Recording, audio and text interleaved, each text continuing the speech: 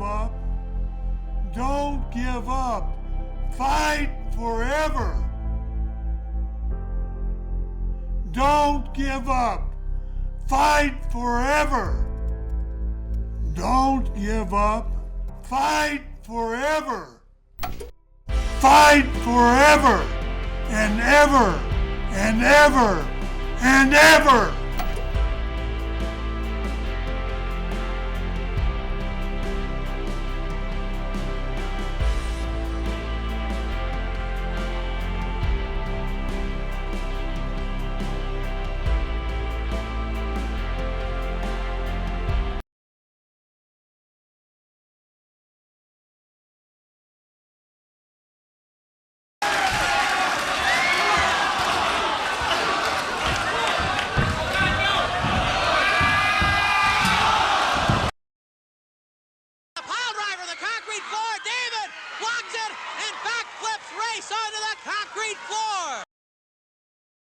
Up. Right now he's robot-doing Terry Funk in a bionic elbow. Sends him right out of the ring.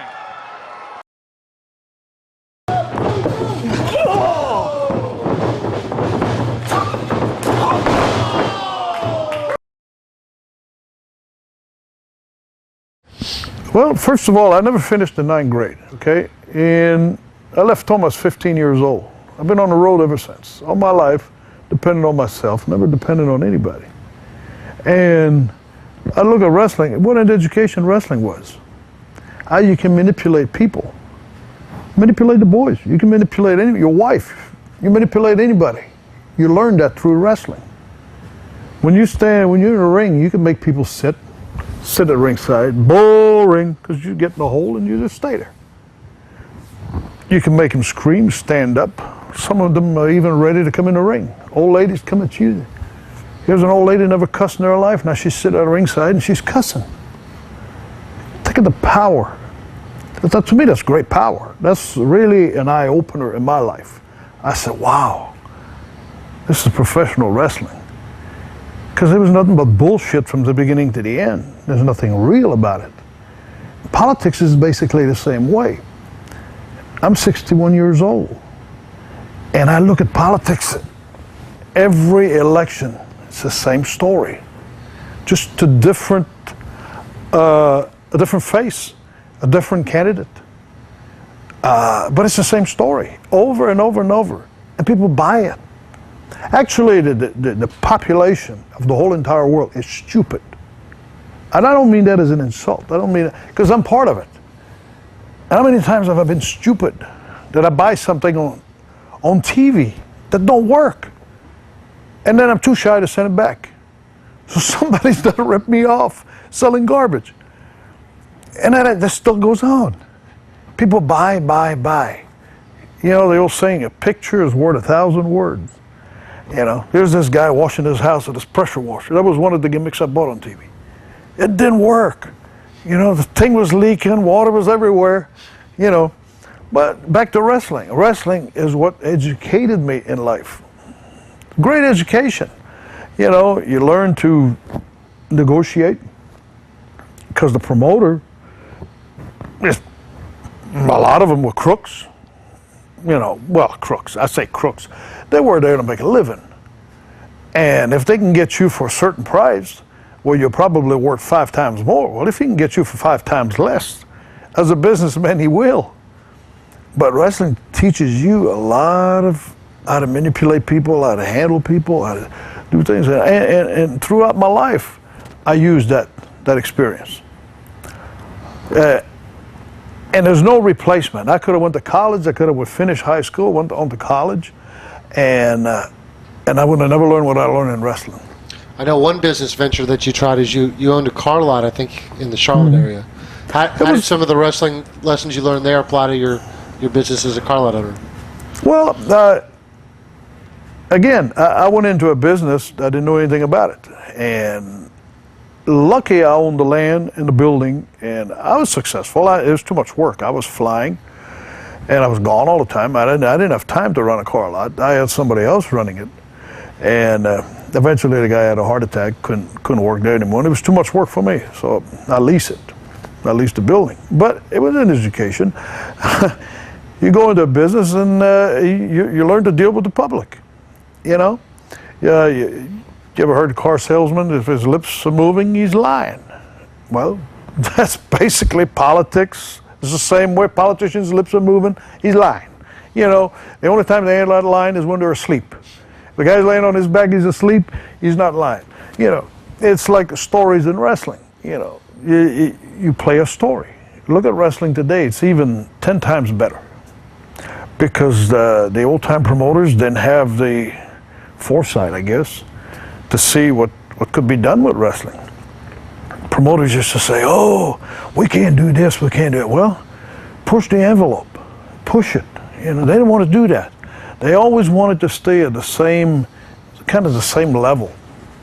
A few started experimenting. I remember Roy Shires in California. He wanted high spots, high spots, high spots. You know, that's all he wanted in wrestling.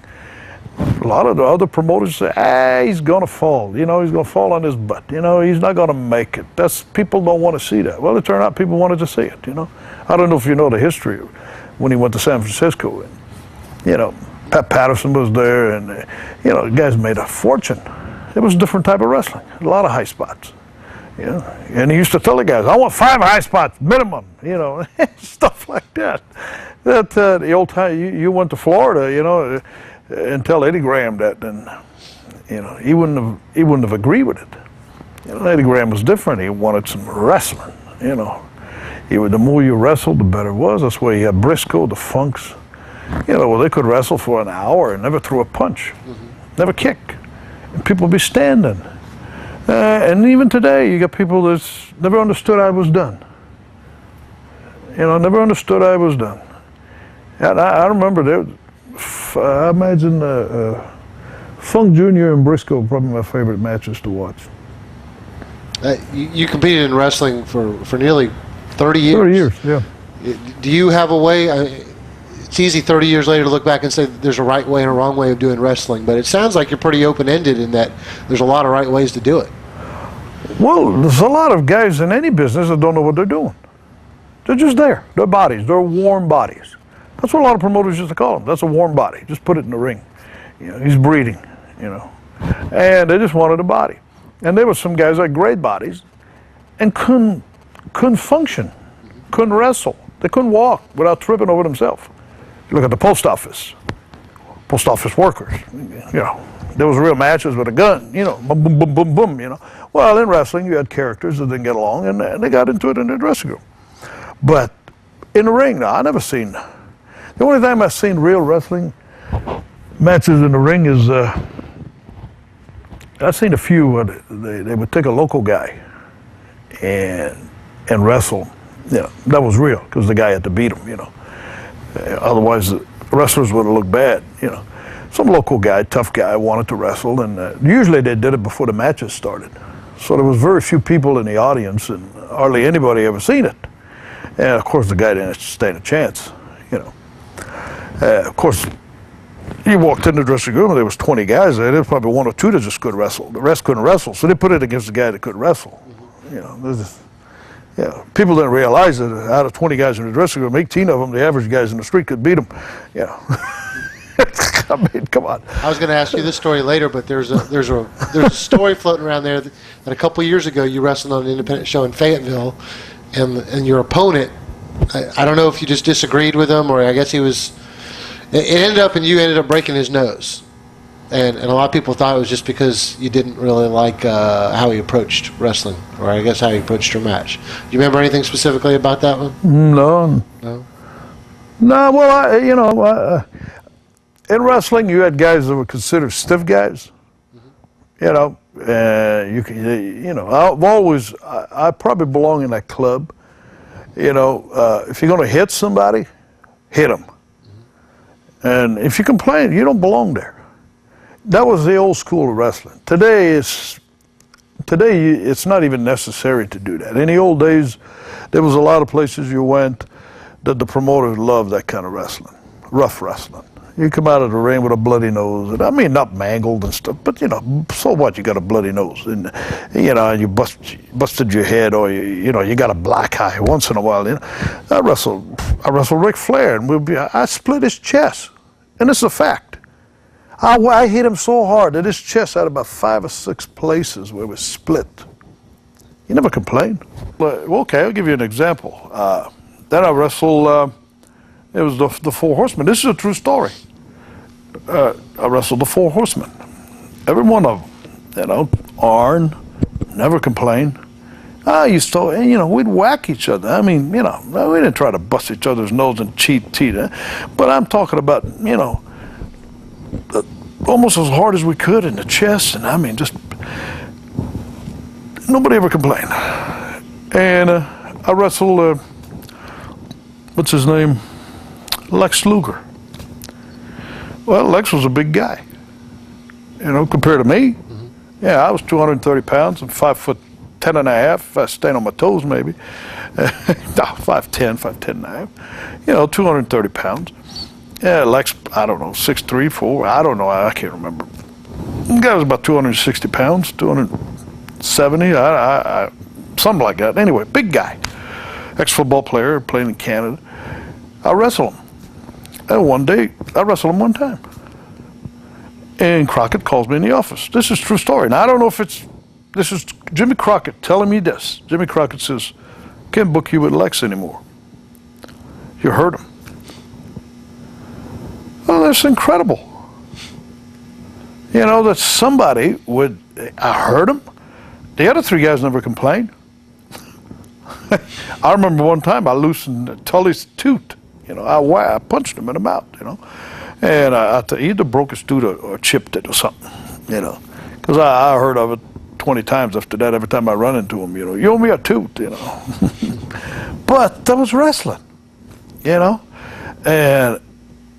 it's all part of it. But there were some guys that just didn't belong there. They belonged in the movies where there was no contact. They had stuntmen doing it. Well, in wrestling, it's pretty hard to have a stuntman, look-alike stuntman, and go out in the ring and do your stuff. Mm-hmm. You got to do it yourself. So, yeah, it's incredible. It's like any other business. You got mechanics that don't belong to be a mechanic. They don't have a clue what they're doing. They got doctors like that. I don't know how they pass the test, but you got doctors that'll kill you in life. It's been known. Mm-hmm. So you got that in any profession, any line of work that you go to. When I was flying cargo, I flew cargo for 13 years. I ran into a couple of guys that didn't belong in the cockpit of an airplane. And to me, it was mind-boggling how they got there. How did they pass the test? How did they get there? How could they turn these guys loose in an airplane? And I'm serious. That's one guy in particular. I have never forgot that. I flew with this guy. You had to tape his arms to the seat because this guy would flip switches and he was like spastic, He killed an engine in flight by accident, just flipping switches and buttons and so in wrestling it was basically, So life is like that, I like to watch people. There's some people that are very interesting to watch. Some people are boring to watch, and some people, it's an inspiration to watch. You know what I mean? You ever seen people like that? Mm-hmm. Like you watch some people and you say, wow, this person knows what he's doing. You kind of admire the person, and then you watch some other jack off. Just, what in the world is this person? Then you watch another person, this guy's a loony. I mean, everything is happening by accident. It's just, that's my outlook on life, I know you're an avid hunter now. That's what you do a lot of your free time?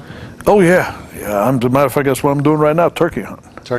Turkey season, 6 weeks of it. Yeah. Not deer hunt, bear hunt, caribou, moose, do a little of everything.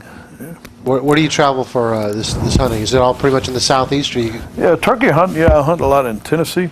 Got a friend of mine hunt in Cherokee National Forest a lot. I hunt in Virginia some, but mainly turkey hunting in Tennessee. Yeah, I've got a good guide. No, he's a good hunter and a good friend, and we have a great time.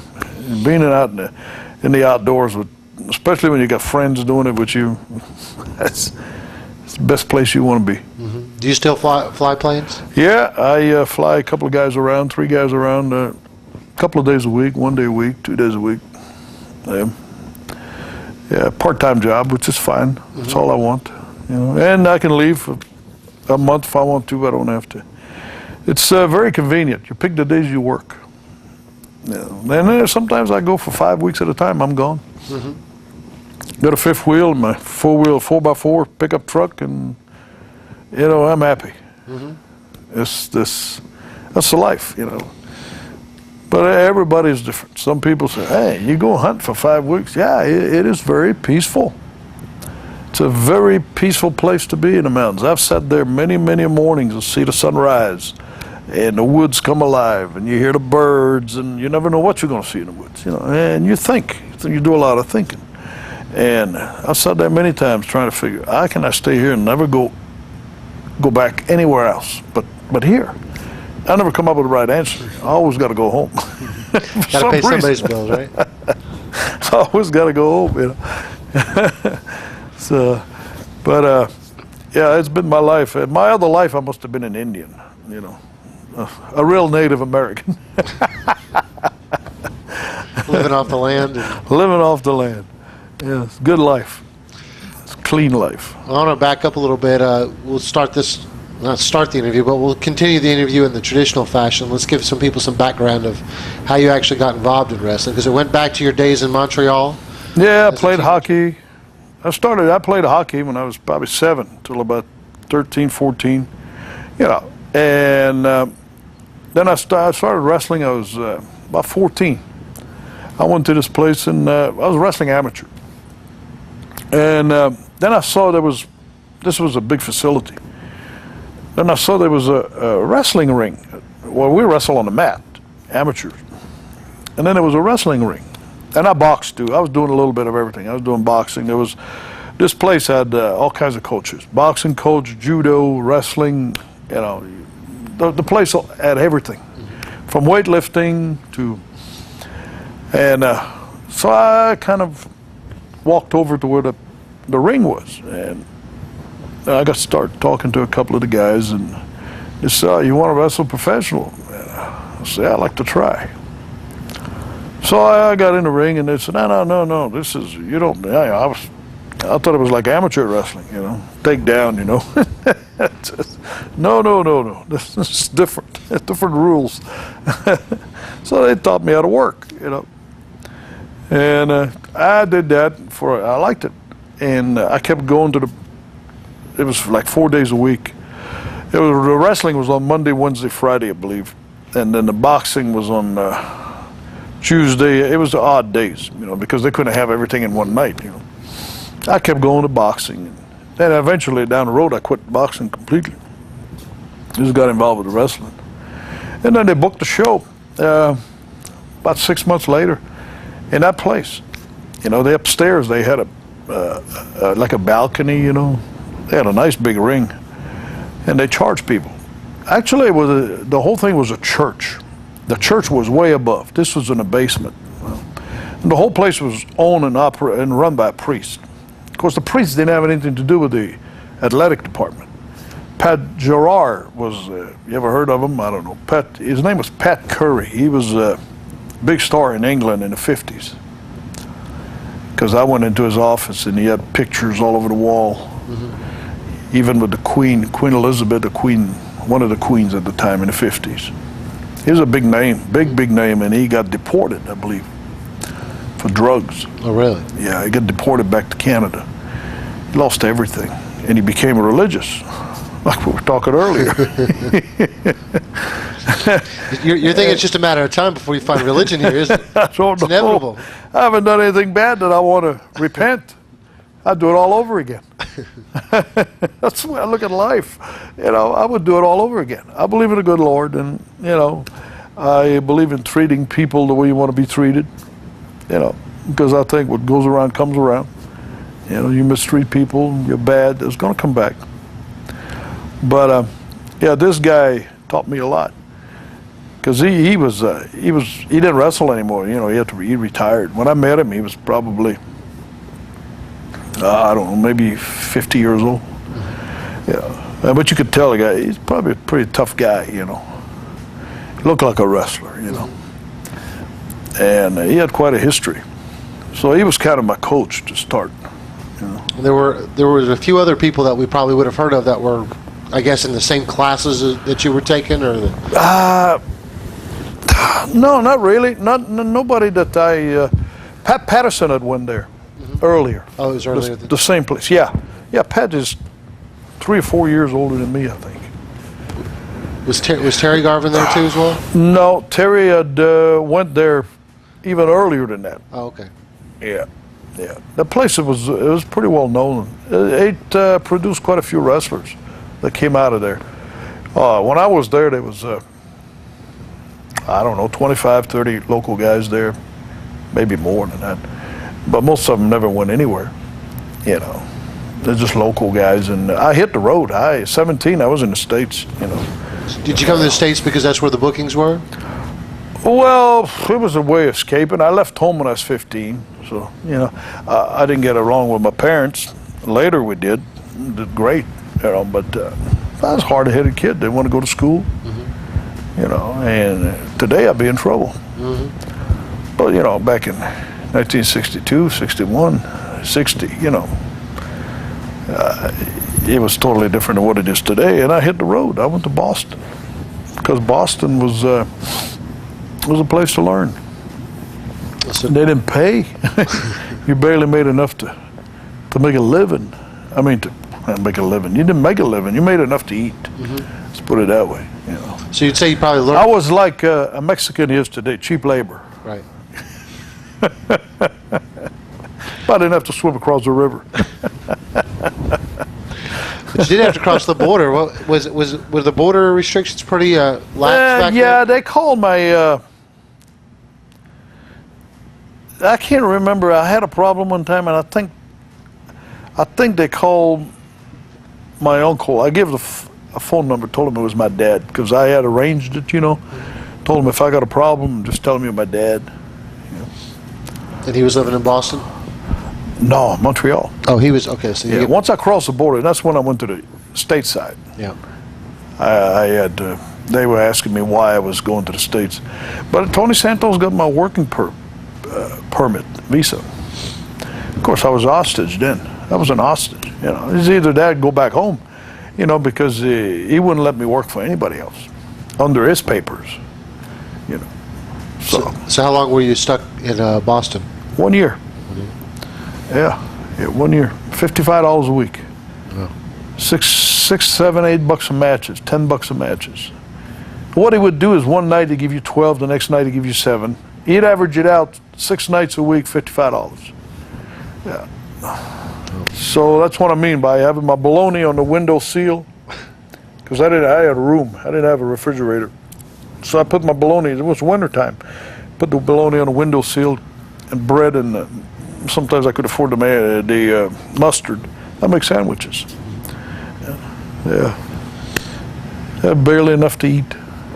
But I never went hungry, you know, and that's the main thing. It was an experience. And I remember when I first went there in the Bull, Montana, Bull Curry. People don't realize that, you know, back in those days, wrestlers looked like wrestlers. Today, people think that wrestlers look like wrestlers.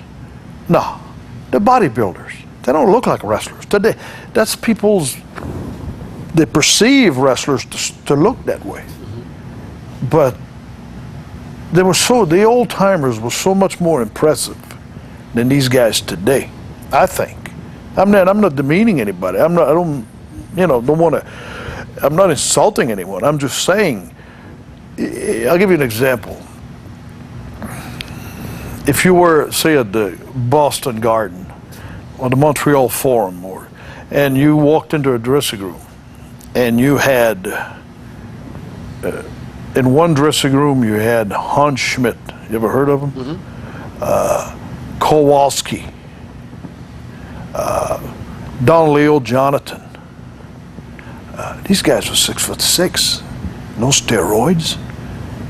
They look good. They have bodies, you know, but they had natural, you know, big guys. And they all look different. You know, you put Kowalski over here and you look at Jonathan, Don Leo, Jonathan. I mean, but they look different. Then you had Yukon Eric. Ever heard of? Then Bull Curry, Bull Montana, the Bulls. These guys look like mafia. Bull Curry had bushy eyebrows. I mean, he could scare. The first time I saw him, I was not scared, but I was very intimidated. You know. And you had Carpentier, Edouard Carpentier, and then you had Yvonne Robert, and I remember seeing all those guys, and none of them look alike. Today it's like they come from the same mold, you know, basically. And I don't mean that as, you know, in a bad way, but that's the way people perceive wrestling today. They all got great bodies, you know, but they all basically look from the same mold, you know. That's the way I see it. Where in the old days, there was all different molds. They all had different identities, different interview style, different, you know. And it was unbelievable. It was, and that's to me the way wrestlers. They look like wrestlers. They look tough because they have big knobs, big cauliflower ears, you know, and like that's the first time I've seen Valentine. Not Greg, but Johnny Valentine in Montreal. He was kind of lean, tall, blonde-headed guy, you know. But my God, man, he used to hit the guys, and geez, today, I think they'd walk out. I don't know. I don't think it would fly today, you know, the way he would whack the guys, you know.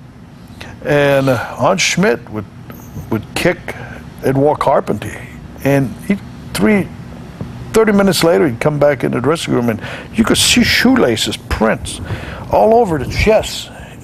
I mean, shoelaces print. You don't see that anymore. You know, totally different, totally. But it's the world changes. You know? And that's where Vince, to me, saw something that no other promoters saw: the marketing of the talent, the marketing. Because it was there all along. Yeah. Promoters used to tape and then tape over the tape to save, so they didn't want to buy an extra tape. They're killing themselves for that now. All the libraries that Vince McMahon buys up from these promoters that didn't do that? Yeah. They used to tape over because they thought it was just worthless, unimportant. But the world was different too. I don't know if there was a market then for that either. Oh no, not then. I don't think there was a market. Today people are in a mode of, but first of all, to me, the greatest power of all this is television. Television is, like some of these guys I travel with and everything, oh, I'm a star. You know, some guys thought they were stars. I never consider myself a star. I don't believe in stars. I don't believe in Hollywood stars. I don't believe in there's no such a thing as a star. You know, the only real star is in the sky, you know. That's a star. But if there's a star on the planet here, it's the television. It's the big screen, you know. Because these people wouldn't be nothing without that screen. You know, they could be the same actor, the same talented human being, the same person but if they haven't been on the screen, they're nobodies. Now, all of a sudden, they're on the screen, they're stars. So to me, the star is the screen. It's like television is the star. You could be like, this guy got on the wall there, great athlete, tough guy, Olympian, wrestled in the Olympics.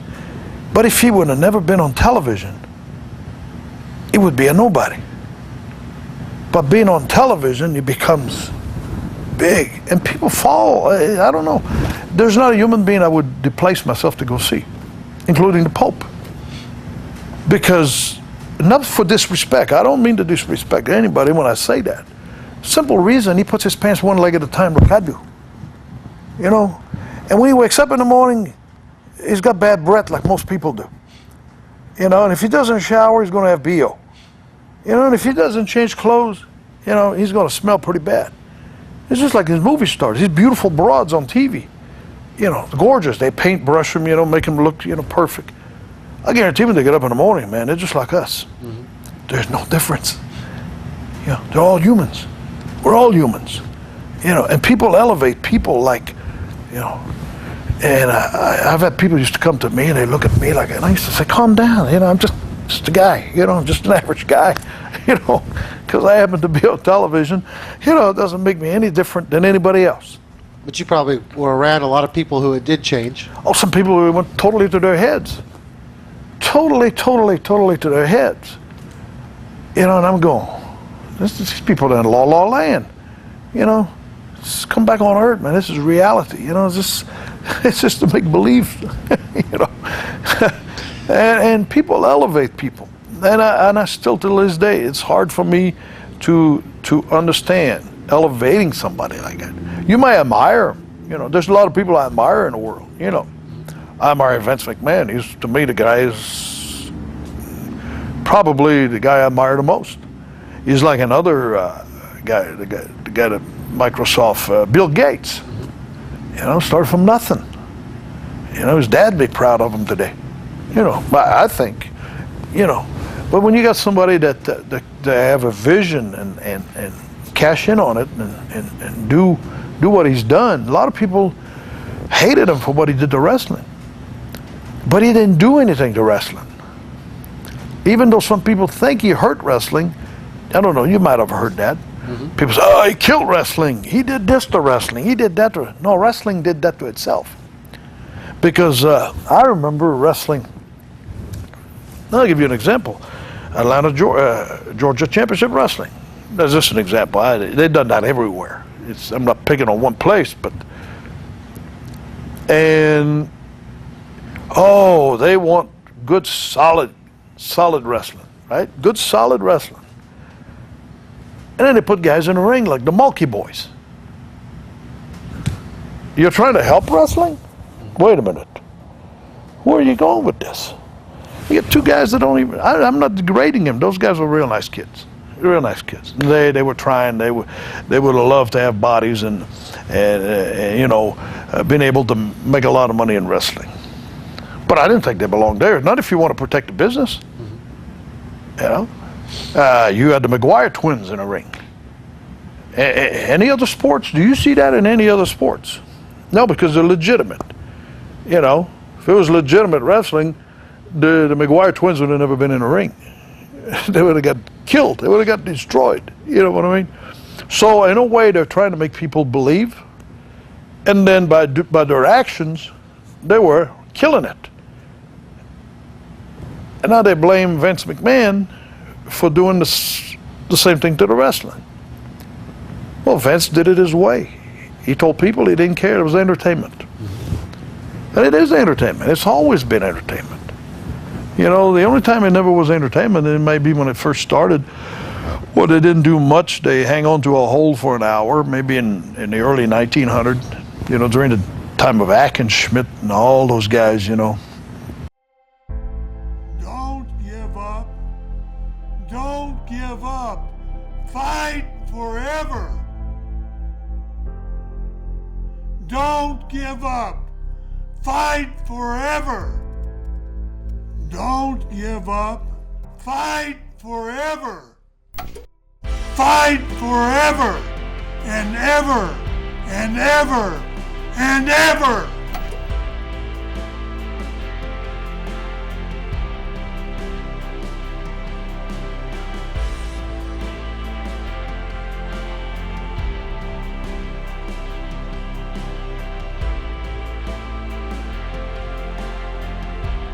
Well, but the matches were boring. They went in the ring, and they just hang on to a hold and they try to make the guy give up, and and half of it was a shoot. Half of it was, back then it was, but it's always been a work. Yeah. When I love asking this question of guys who started wrestling before it got. I usually pinpoint the mid '80s as the point where most of the fans believed it was real, to where most of them believed wrestling was not real. Would you have, starting out when you did, if I would have told you then that the wrestling's going to be so exposed and most people are going to think it's fake, would you have thought that it would have survived? No, because we were it was ingrained into you that you had to protect the business. I didn't even smart up my first wife. I was married to her for 15 years. We never talked wrestling. This is true. I tell people that. We never discussed wrestling. And finally, this other guy's wife, one day I come home, she was mad at me a little bit. She said, you never told me about this, never told me about that. And I went, well, tell me about what? And so this other guy's wife finally told her, about the business. And I went, well, but that was 15 years later. And it was a different generation. People didn't give a shit, The guy told his wife everything like, I don't know. I never discussed my business with my wife. I come home with a Band-Aid on my head, and that was it, Did you get hurt? Yeah, I just got a little banged up. There's no big deal, Went about my business, and sometimes I had a bad knee, a bum knee, an elbow, or, it's part of my business. So it was ingrained in us. You never talk business unless you talk to a wrestler. Never discussed it. With my brother, I never have. Never discussed it. My family, my father, my mother, never discussed the business. It was just a no-no, And the promoters used to say, well, yeah, you're going to kill the business. Well, they did in England. I don't know if you remember, late 60s, I believe, there was a big expose. I think it was in the 60s. Big expose in England. And it killed it for a while. The business just went, Because, people back then wanted to believe. So you kept the image as much as you could, that it was, And a lot of guys used to really get mad, pissed off. Somebody would say, hey, wrestling is fake, I just used to ignore them, or, I'd say, well, you ought to try it. Then you really know. I never really got mad because I knew what I was doing. I knew what I was doing. I mean, it's who you trying to kid. But I tried to protect it because it was part of your education. You protect the business. There was promoters. You weren't allowed to bring your girlfriend or your wife to the matches. Yeah, because it kept the girls away from the matches, especially if you were a babyface. You were a good-looking kid. They wanted to attract girls to come to the wrestling. So if the wife or your girlfriend was there, that was no good. And another reason, too, is a lot of times they had problems with the wives and girlfriend arguing with each other. Well, my husband's better than yours. My husband made more money than yours. My husband's going to be the champion. And, all of a sudden there'd be a problem. So they didn't want wives and girlfriends in the matches. They ran it as a business more than today's ran as entertainment. People are open about it. And people are still going. And that, to me, is mind-boggling. It is mind-boggling. But you know why? People want to see trash today. People don't want to see good entertainment. I don't think. I don't hardly ever watch TV. For a simple reason, I got 150 channels and I flip through them and I haven't found anything I like. Because you sit in front of a television and you think you're an idiot. I got an IQ of 25. I'm retarded if I watch this program. Like the Survivors. Come on, who are they kidding? I mean, who are they kidding? It's all put on like wrestling. But to me, the show that really opened up everything, and I think Vince saw it, I think, I might be wrong, is the Jerry Springer. When the Jerry Springer garbage start to sell, and I don't mean that as an insult to Jerry Springer. I admire people who are successful. If you're selling garbage or you're selling good stuff. But that's when Vince's business start changing. Up yours, and starting to give Mr. Ass, and now he's putting his pants down. I heard, kiss my ass, and the beer and the tips and all the. Why? Jerry Springer is getting great ratings. So Vince will follow the trend. The old time promoters didn't do that. That's why they're all gone. They didn't do that. You got to change with the world. If you want, well, you know that yourself. You got to change. If you don't, you're going to be left behind. And that's what happened. That's why he's all by himself. And because today, that stuff sells. Don't sell to me, because I refuse to get on that level. you know, now you watch movies today. There's not talent. There's no talent. I'm sorry, that's my opinion, okay? And I don't mean it as disrespect to anybody. If you got a chance selling garbage and make a fortune, you go right ahead. Vince is a billionaire. I respect that. You know, if I would have thought of it, I probably would have done it. Mm-hmm. You know, I'm sure I would have done it. You know? But you got to look at the work behind it, the effort. You know, he probably never sleeps, works. You know, it's a lot of work. You know, he earned it. You know.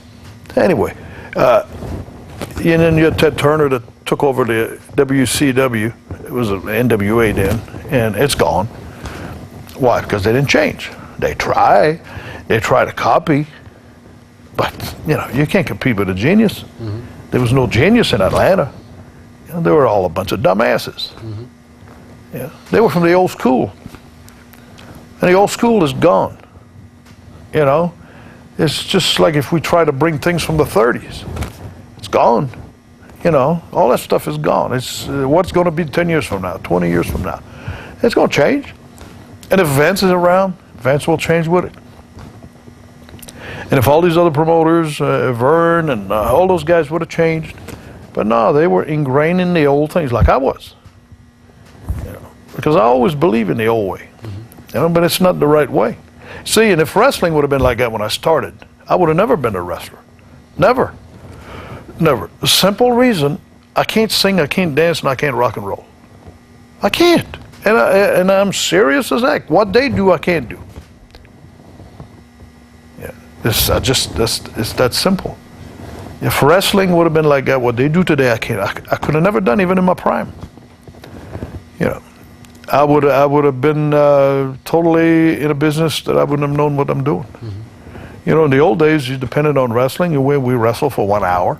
You went in the ring, you fought like a pit bull. You know, that was my style. You know, go out there and just fight and wrestle and, you know, and just, and people believed it.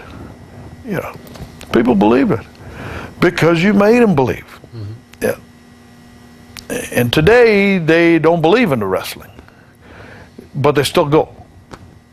I guess they go because they consider a good show, I guess. I guess that's the way I would put it. Or maybe because they got some girls with bodies. They got a combination of everything to attract people. They got all these broads with these bodies. Well, you know, in the old days, you had some of these broads that, you know, some of them were good looking, some weren't so, but they were tough. And actually tough. Mm-hmm. You know, these broads today ain't tough. You know, I mean, I remember Mae Young, she'd knock out a guy in a drop of a hat, you know, in the old days. It's a fact. You had, you know, I remember this gal in Boston, Alma Mills, you know. You know, she probably could whip the average guys in the street, you know.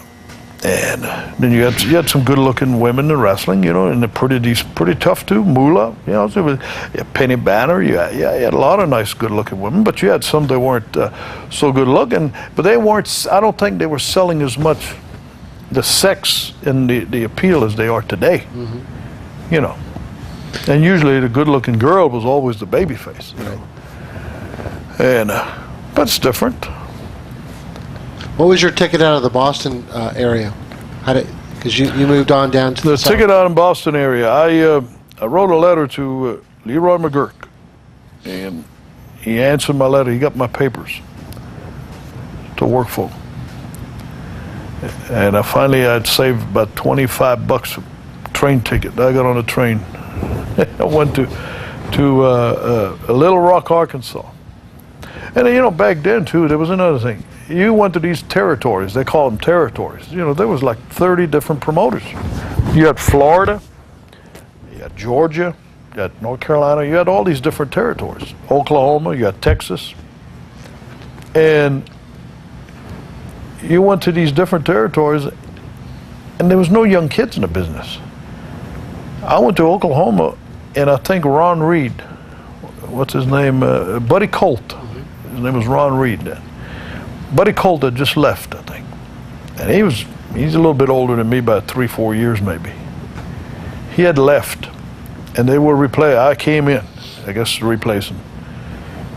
And all the guys there were Al Lovelock, you remember him? Have you ever heard of Al Lovelock?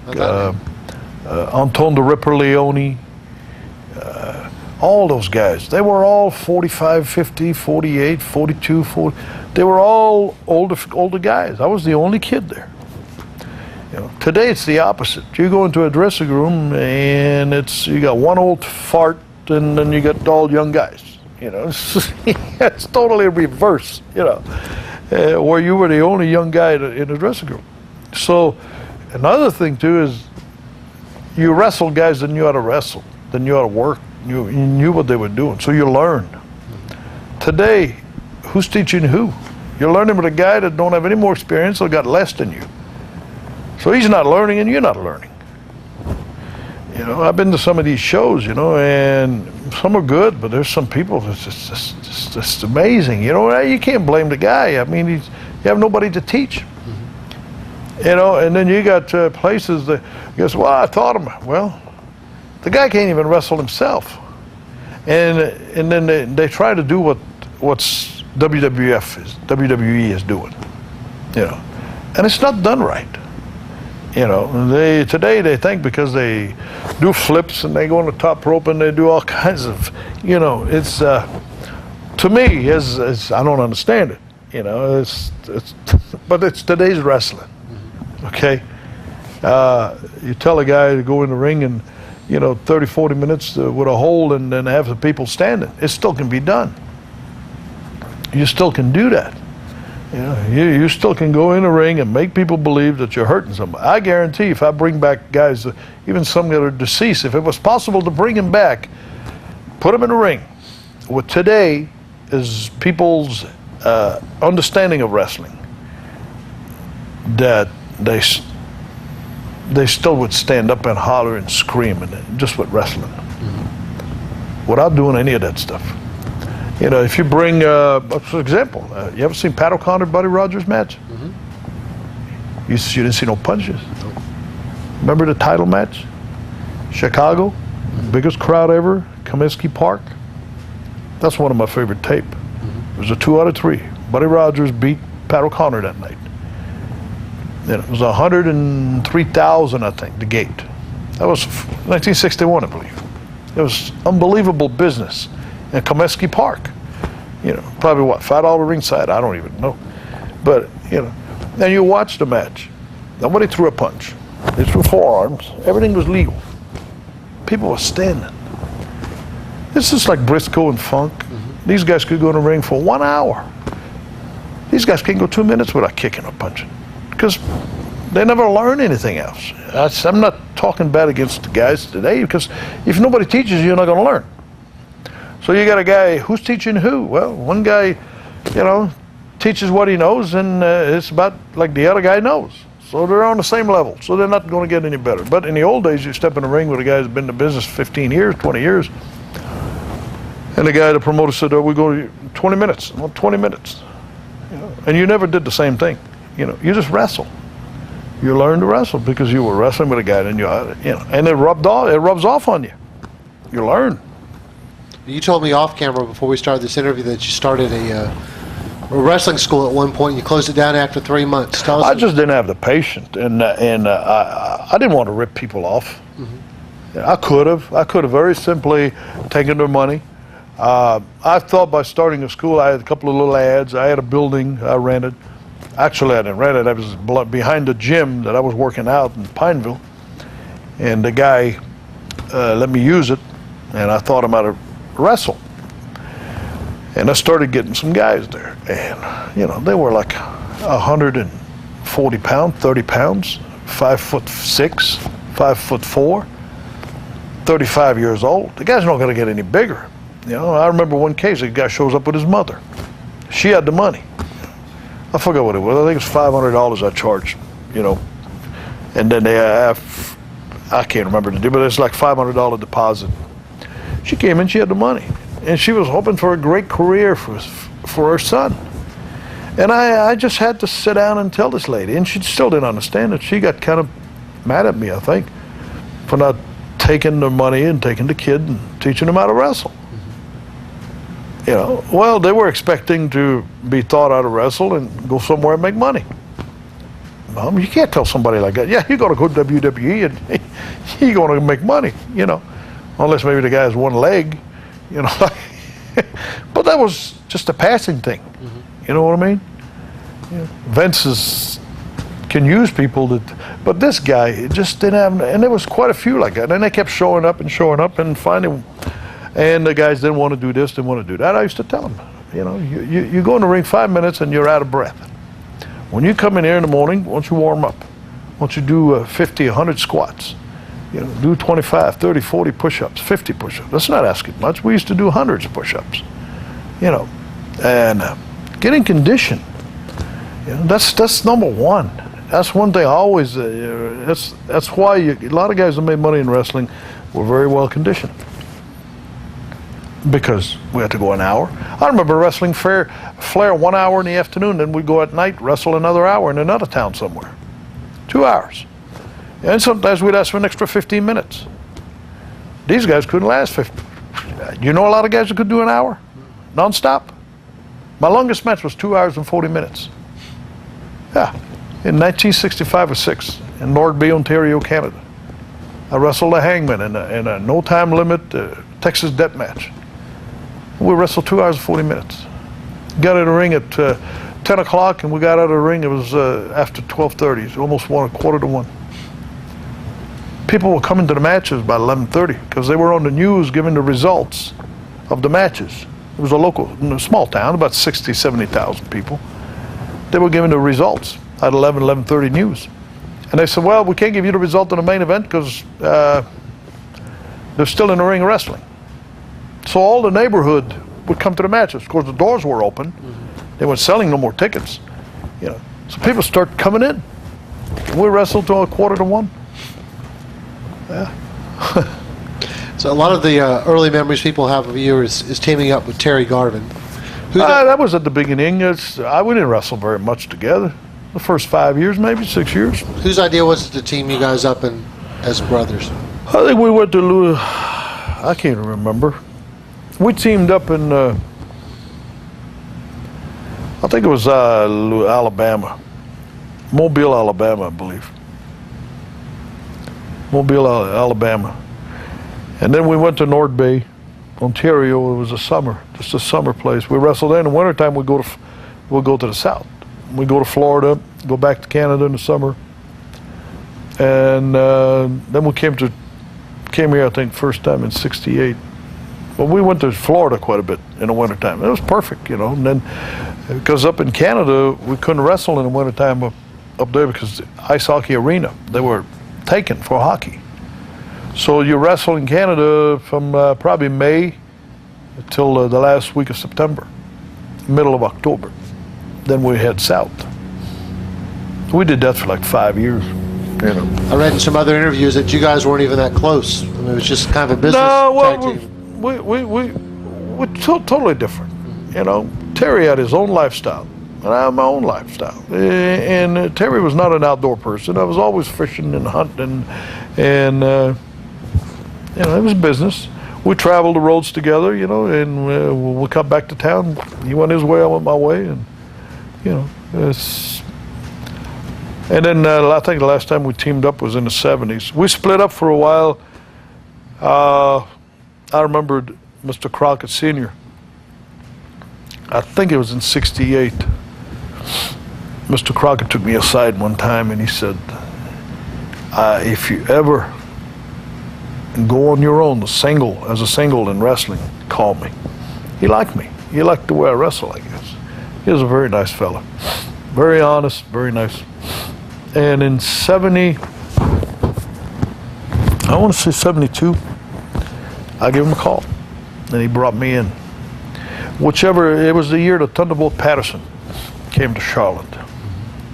So I came in, and Mr. Crockett says, I'll make you some money, the best. Oh, if he would have lived another 15, 20 years, yeah, my career would have been different.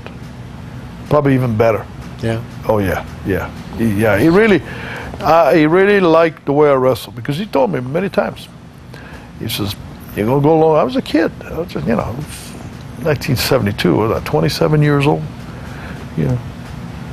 Yeah, 65. Yeah, 27 years old. And what was I going to say? he brought me in, and then Thunderbolt Patterson came into the Charlotte area, and the place went crazy. I don't know if you ever read about that stuff or ever heard of it. Thunderbolt set the place on fire. It was sold out everywhere. This is no kidding. I mean, he'd shake his booty and do that. You know, I mean, this guy was in this great interview. You know, Thunderbolt was, I love him to death. And so he teamed me up with him. But the way he did it, he split us. Yeah, but 3 nights a week with Thunderbolt, and then the other 3 nights was Briscoe, Jerry. Jerry was here, and Jerry was not happy, I guess, with the money he was making. So the old man, Mr. Crockett, was trying to, you know, keep us happy, you know. Because if you were with Thunderbolt, you made money. It was sold out everywhere. Yeah. I remember going to towns, and we beat the Andersons 2 straight falls. Come back following week against them again. Sold out. Yeah. Beat them 2 straight. So Unheard of. So Thunderbolt Patterson for a while was what most people think of the Hulk Hogan was to the northeast. Oh, in this area was just unbelievable. Unbelievable. I'm talking about 72, 73. And then Mr. Crockett died. And then I got shafted out of my, because the bookers changed. You know. So the booker took my place. I got put to the side. I left anyway. Who became booker at that time? You said when you got shafted. There was Johnny Weaver and Rip Hawk became the bookers. Well, Johnny Weaver saw the money, so he put himself in a 6-man tag. Him and Briscoe and Thunderbolt. I got left out. He gave me his partner. It was Hart Nelson at the time. Yeah. So I saw the writing on the wall, you know. I left. That's one thing. I wasn't happy. I didn't do a lot of bitching. I didn't complain. A lot of guys used to bitch, complain, you know, in the cars and the dressing room and everything, you know. Hey, what does the wrestlers can do? They can't do nothing. You got bitching, go bitch to the guy that pays you. You know, and if you don't like it, leave. Like I said, there was 30 different promotions. It didn't bother me to pack up and leave, you know. Even though I was married, had kids in school, it didn't bother me. It's pack up and go. You know, it's not that hard. And that's the way I live my life, you know. And after you left Crockett, who did you work for immediately after Crockett? Well, it turned out good. I went to, that's when I teamed up with Terry. Terry was in Memphis with Jimmy. And they were doing the thing. I think they already had started doing the thing with the pink mat. Terry had the curls, you know, and he was bobby pins. He was throwing like Gorgeous George had done, you know. And Terry was perfect for that, you know, with that big nose, you know, and he'd do that walk, you know, that gay walk, you know. And I mean, it was he was perfect for it. So he was doing that, and as a partner, he had Duke Myers was his partner. And when I decided to leave here, I don't know how him and I got together. He heard of it or something. You know, news travel in the business. You know. One of us called it the other, and he says, "Hey, come on in." He says, "Well, I didn't want to work for Nick Goulas. Nick Goulas had a bad reputation. Nick Goulas was, you know, to me was was garbage as a promoter. As a human, I don't know, and I never talked to him outside of wrestling. So, but as a promoter, I thought he was a joke. He was a clown, and you couldn't tell it. You couldn't believe a word he said. And I had heard bad things about him my whole career. Now, this is 1972. So 10 years. I've been in the business 10 years. And I'd swear that I always bypassed Nashville. You know, nothing against Nashville because Nick Goulas lived there. But I was going to never work there. Well, I think he called me. Or somebody from the office called me. So anyway, I got to talk to him. Oh, boy, he says, don't believe everything you hear, blah, blah. I'll make you a lot of money. And, you know, well, money... That was the first thing he always said. You're going to make a lot of money. You know, well, people are attracted by that. Yeah. So I told him, I said, now, let me tell you, the first time you don't do what you tell me, I'm gone. I'm out of here. You know, that's simple. You know, no notice, I'm gone. And I don't mind leaving. You know, some people find it hard to pack up and move. Not me. And wherever I hang my hat, I'm home. That's my philosophy in life. So I go to Tennessee. I said, well, I'll give it a chance. He made me all kinds of promises. Talked to Terry. Terry says, yeah, I'd make a lot of money here. In Memphis, they were selling out. Memphis, Jerry Jarrett was the booker. And Jerry was a good booker. Don't give up. Don't give up. Fight forever. Don't give up. Fight forever. Don't give up. Fight forever. Fight forever and ever and ever and ever.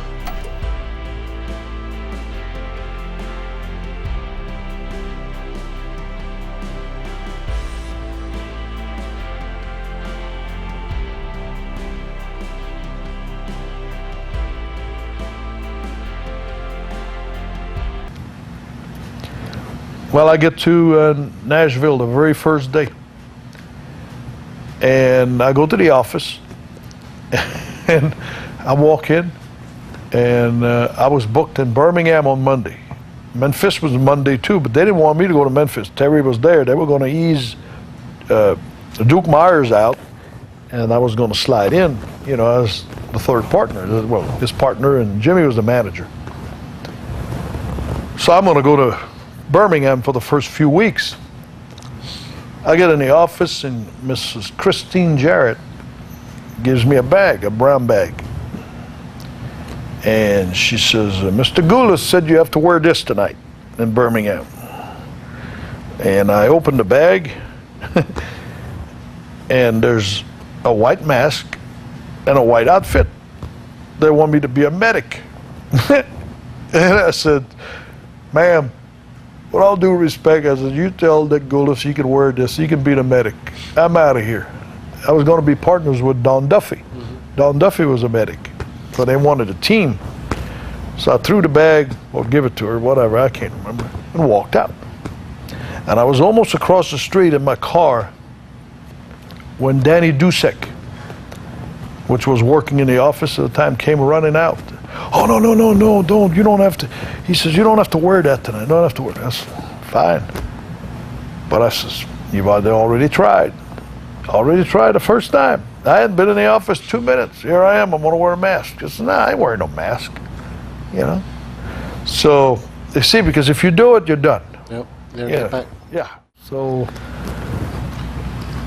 that's how it started in Nashville, and then eventually, I don't know all the details, but a couple of weeks, 3 weeks later, I teamed up with Terry.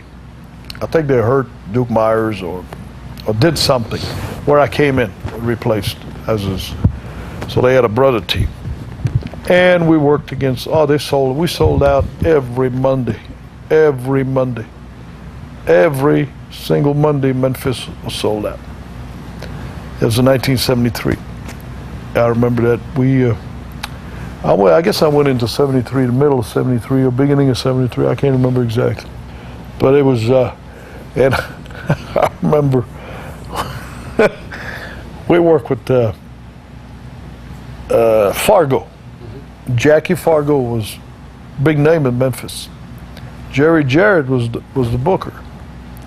And he had some of the craziest ideas, but it worked because he was selling out. You know, you can't knock success. You know, I don't care if it sounds the most ridiculous or stupid idea you ever had, but if you're going to sell out, they're selling tickets. And I remember an incident where they brought Roughhouse Fargo, Sonny Fargo.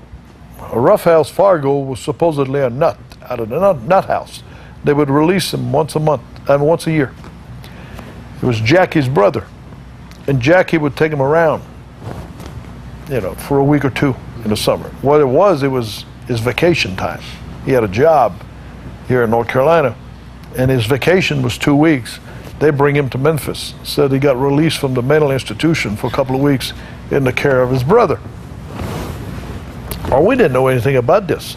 They had been doing this for quite some time, and the fans knew Roughhouse Fargo. Roughhouse was a new loony out of the nut house. Well, Terry and I, we didn't know. We just had started working there. So Jarrett says, we're going to work a deal where we hurt Jackie Fargo's partner, which I think was Tojo, I think. Anyway, we hurt his partner, so he's going to bring his brother Rough House. So we sign a contract, we're going to wrestle Rough House. And without knowing that this guy's a lunatic from the nut house, right? And then after we sign a contract, they tell us. So we said, we don't care. Loony or not, man, we'll wrestle the guy. And Rough House, you know, he's not a big guy, you know, weighed what, 170 pounds maybe? You know. Place was sold out. Sold out. Memphis was sold out. And we're in the dressing room, and Jerry Jarrett tells us what we're going to do. The deal is we go out in the ring. Somehow the match started, the bell rang, but Rough House was still in the dressing room.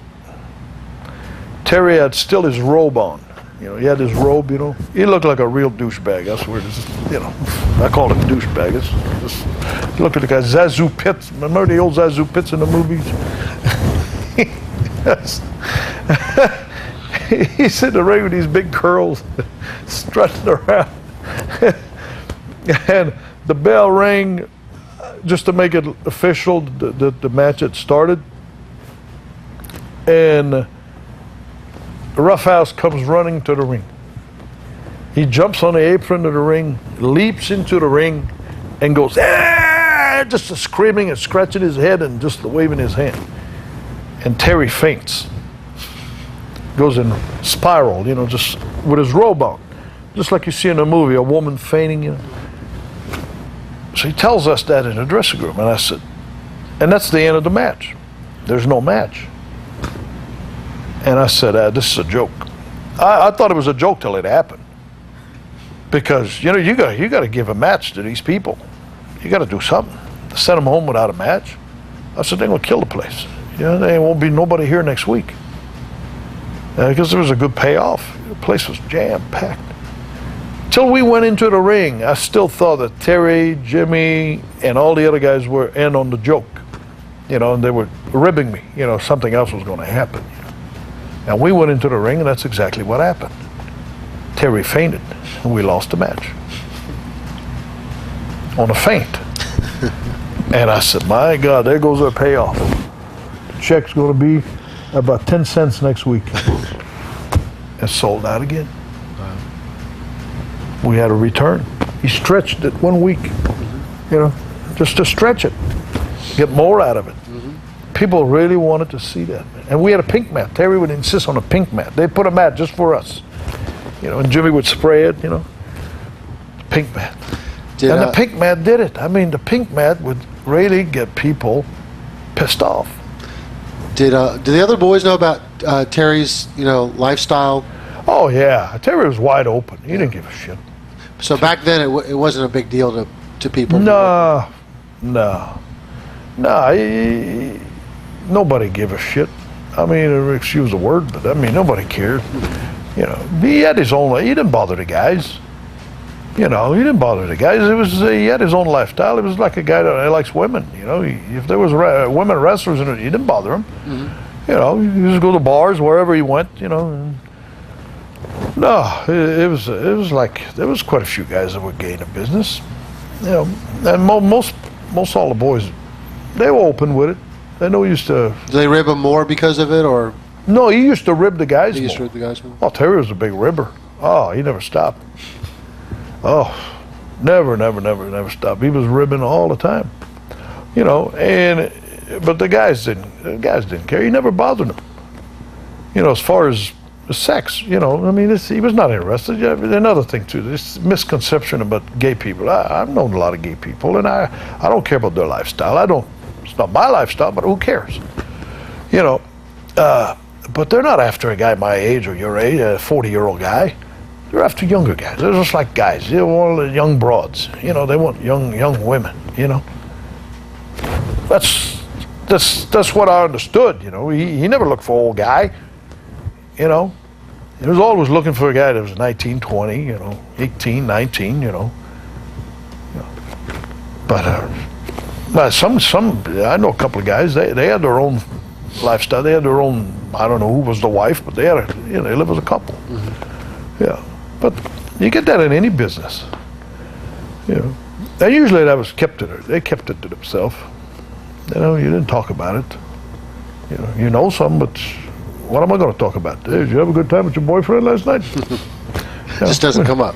No, but he would make jokes, like he'd walk into a restaurant, and walk, and I'd just laugh, man. It's just, everybody would look at him, stuff like that.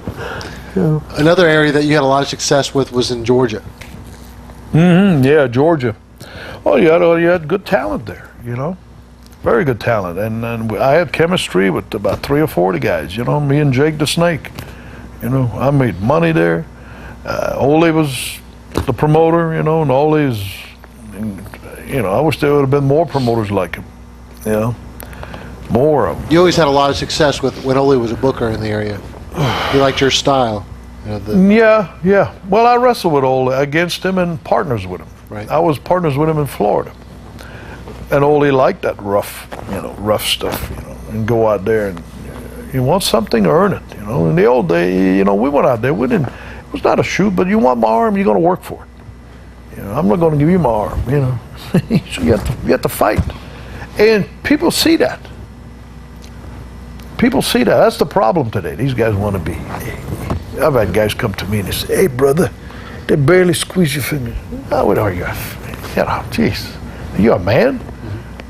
What is it, brother? Give me a handshake like a man. That's the way I was brought up. Not this 2 fingers. And all this. Well, they wrestle like that, and it shows. How many times I've seen a wrestling match? The guy got a headlock, and my God, I could put 2 arms between. There's plenty of space there. You're not hurting nobody. Crank on it. Just squeeze. I mean, that's how in the old days guys got.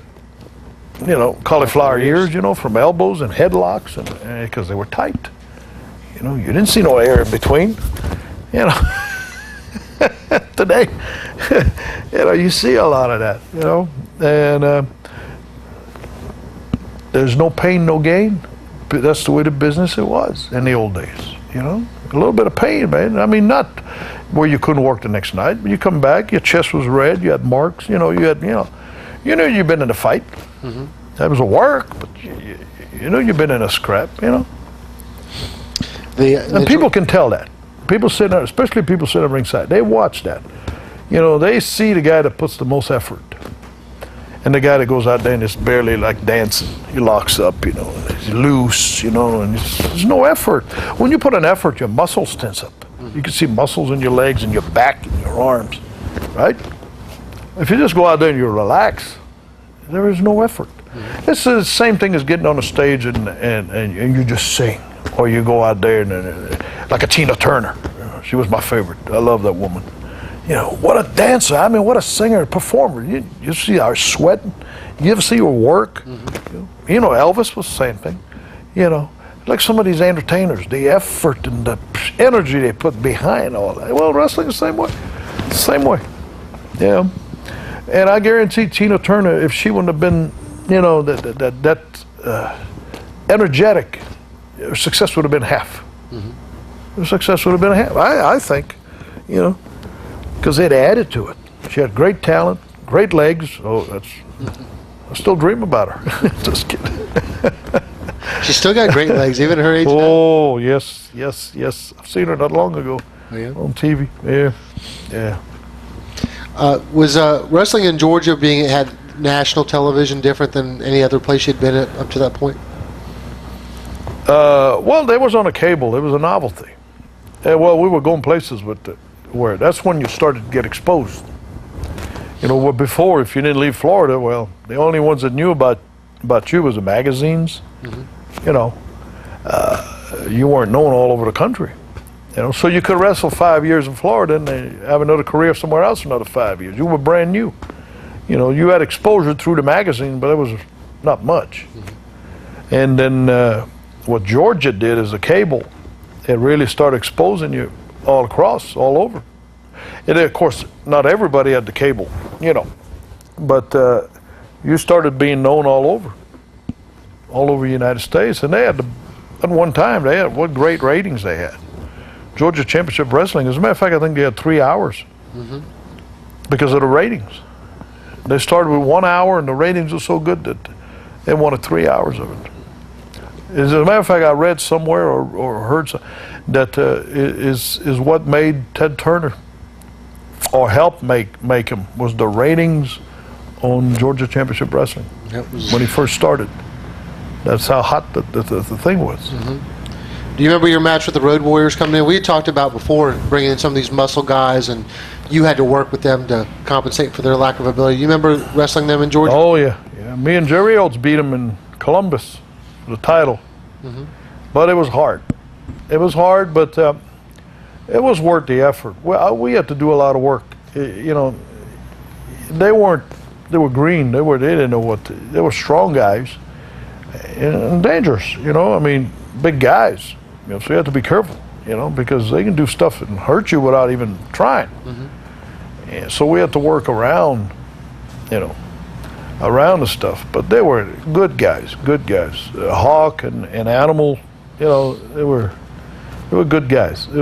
They wanted to learn, you know, and you know, of course, if they didn't like you, it was a different story, you know. But I think they respected me and Jerry and a lot of the other guys, you know. But yeah, when Ole brought them in, my God, and I was booked with them. It was survival. Survival. But you know, if they hurt you, they didn't do it on purpose. Right. Yeah, they were so big, and you know, they couldn't wrestle, but they could fight. You know, they were tough guys. You know. So there wasn't any animosity about bringing guys that were so inexperienced into your area? No, they would have been animosity if they would have been 600 pounds apiece. Yeah. In fact, yeah, they would have been. You know, a lot of guys resented that. You know, what is this piece of garbage doing here? You know, Lutez hated that. Oh, you know, because he was a real wrestling. You know, he hated stuff like that. Yeah. Because how can you respect somebody like that? You know. Not athletic. Yeah, non-athletic. You know, that's what I never really liked about the business. Was some guys, maybe as a person, they were good guys, but you couldn't respect them. You know, what are you doing in this business? You know, get yourself in shape. Even though it's not everybody that can have a body, at least get in shape. You know what I mean?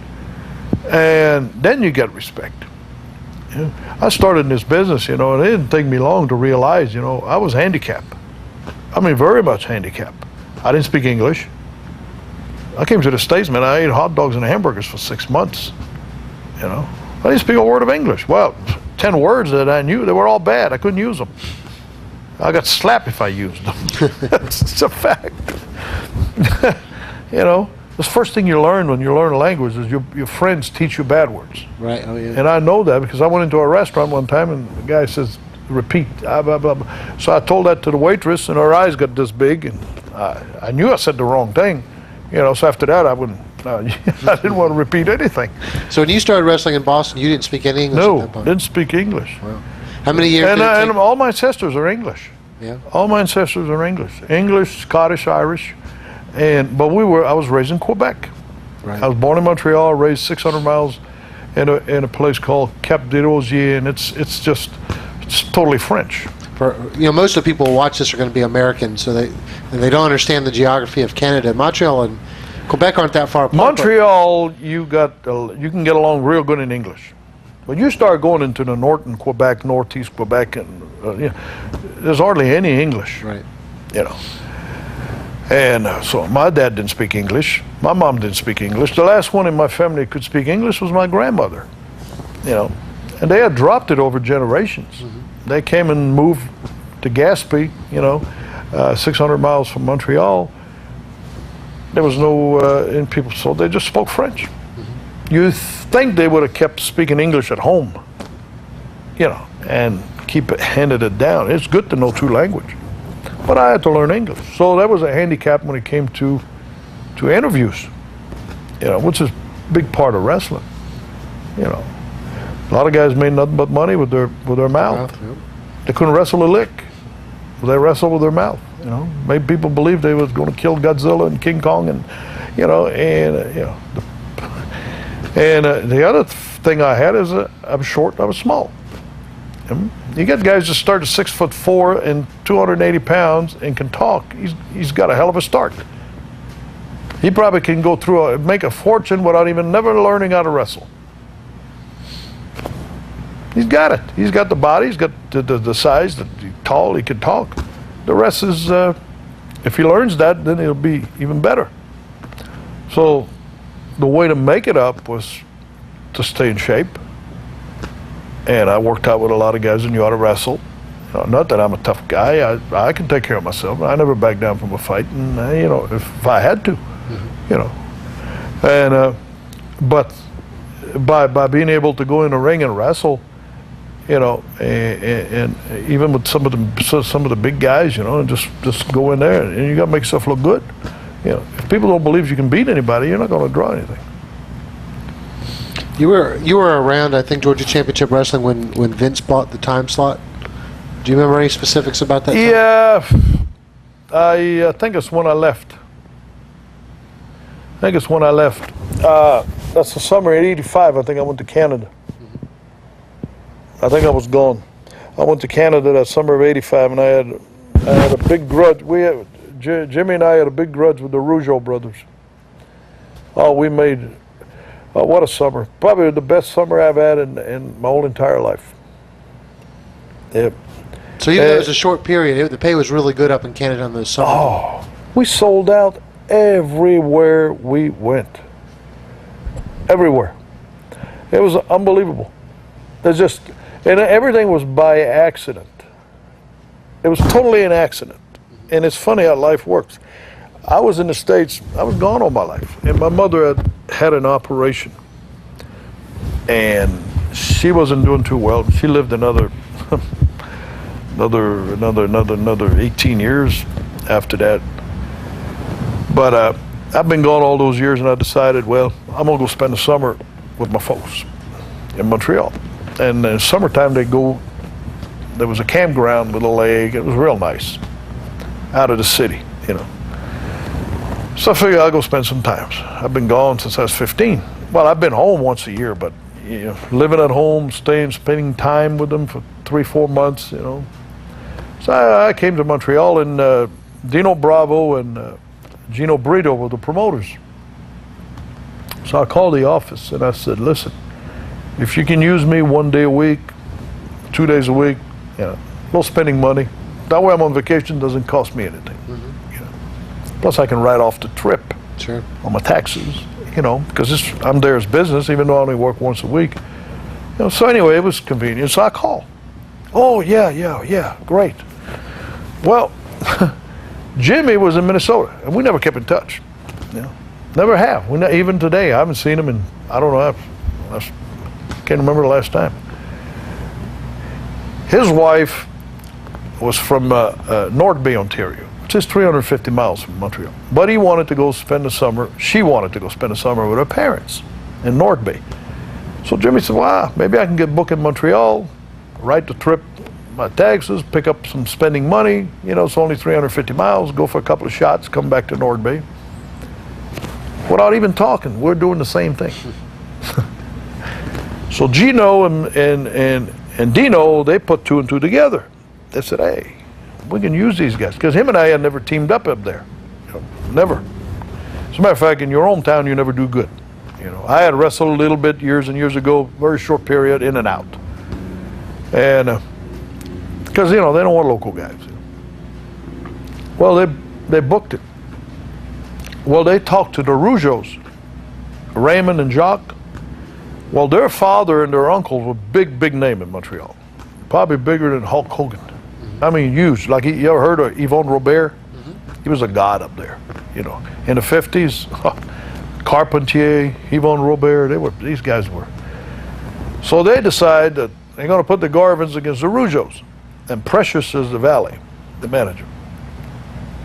Okay, so we go to the forum. And it drew a big house. And what happened is we attacked them. With Jimmy had the spray, and I attacked one of the Rougeaus, the other one. Anyway, I come off the top rope with a big knee drop. Anyway, we crippled them. They're laying there, man, and it looked like a bomb had went off in the form.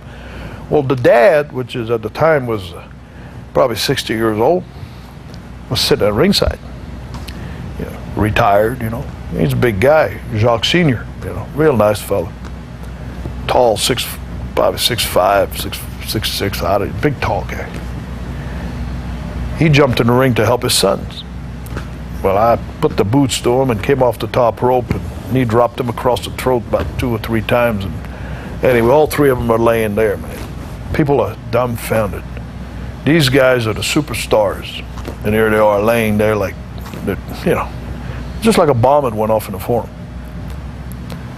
And that was all we needed to do. The rest of the summer, everywhere we went was sold out. And I said, we didn't do anything for this. How many times you try to draw money, and you pick your brains and you do this. It's just that the chemistry was so good, and I've got a tape of it. It's one of my favorite. Excuse me. It was unbelievable. Everywhere we went, all over the province. I was up there for the whole summer, 3.5 months. I left, I believe, in the middle of September. Jimmy stayed because I didn't want to stay. Vince was taking over up there too. He had taken over. He was trying to take over in Atlanta, and So anyway, I didn't want to be involved in that, but I left. But what a summer! And the blow off was at the Montreal Forum before we left. The biggest crowd ever in the Montreal Forum. Never been broken. That's a record. I mean, it was in the paper, and I didn't believe it, but it's a fact. Even Vince, nobody's ever broken. Nobody. Biggest crowd. Of course, you can put more people in hockey because you got the ice that you filled with people. That place was so packed. It was unbelievable. Made the headlines all over Montreal, the newspapers, record crowd, blah, blah, blah, blah. Yeah, it was just unbelievable. Another area I want to talk about, because this is, I'm a bit of a younger fan here, and the first exposure I had to Ronnie Garvin was pretty much working for Jim Crockett. What are some of the early memories of you working for the Crockett family? Crockett, I came here the first time, I think, I can't remember, I want to say 66, came here. I know I didn't stay long. I think it was in the wintertime. I think it was in the wintertime. I think I stayed very, very short period, but then I came back, I was here in 68. I remember 68. I remember that. I was here, and again, I think it was wintertime because in the summer I went to North Bay. Because I was in Canada the summers of 65, 6, 7, 8, 9. So I was here in 68, and then I came back, I think in 70 with Terry, and then I came back in 72 by myself because the old man wanted me. He told me, Mr. Crockett, he says, I have nothing against Terry, but he says, I like you as a single. And that's what I did. So 70 is really 68 I was in and out, just a short period. Were you born then? 73. Oh, see. So 72 you weren't born either. 73 you were just born. I was here, and no, I left the beginning of 73, the end of 72. That's when the deal with Thunderbolt. I went to Tennessee. And then I came back in 76. And then that's when I really got shafted. Yeah. And that's when I really told. Tell us about that story, because I've heard stories of it. Well, Crockett, I came in 76, and I had my own airplane. And it's amazing how jealous some people get. And I know this. I wasn't stupid, which I didn't care. People envy other people. I was flying around, 300 miles. Those guys are riding in cars. I was home in an hour and a half, They were riding for 6 hours. So I had a plane full all the time. Then Wahoo liked to fly with me. So Wahoo would like to play golf. Wahoo and I always got along. I always liked Wahoo. You knew where you stood with Wahoo. You told it the way it is. That's what I like about him. Sometimes you didn't like what he said, but nothing like speaking the truth, And we'd go to Norfolk, and the next night, I think Norfolk was on Thursday, the next night would be in Richmond. Well, it's only like 90 miles, I think. So most of the guys would hop over to Norfolk, spend the night, wrestle there. Wahoo wanted to come back. I'm paying for the plane. He'd pay for the whole plane. Yeah. He was a big spender. He didn't care. He wanted to play golf the next day. So he'd fly back, which was fine with me because I got to sleep in my bed. And he would pay for all the expense for the plane.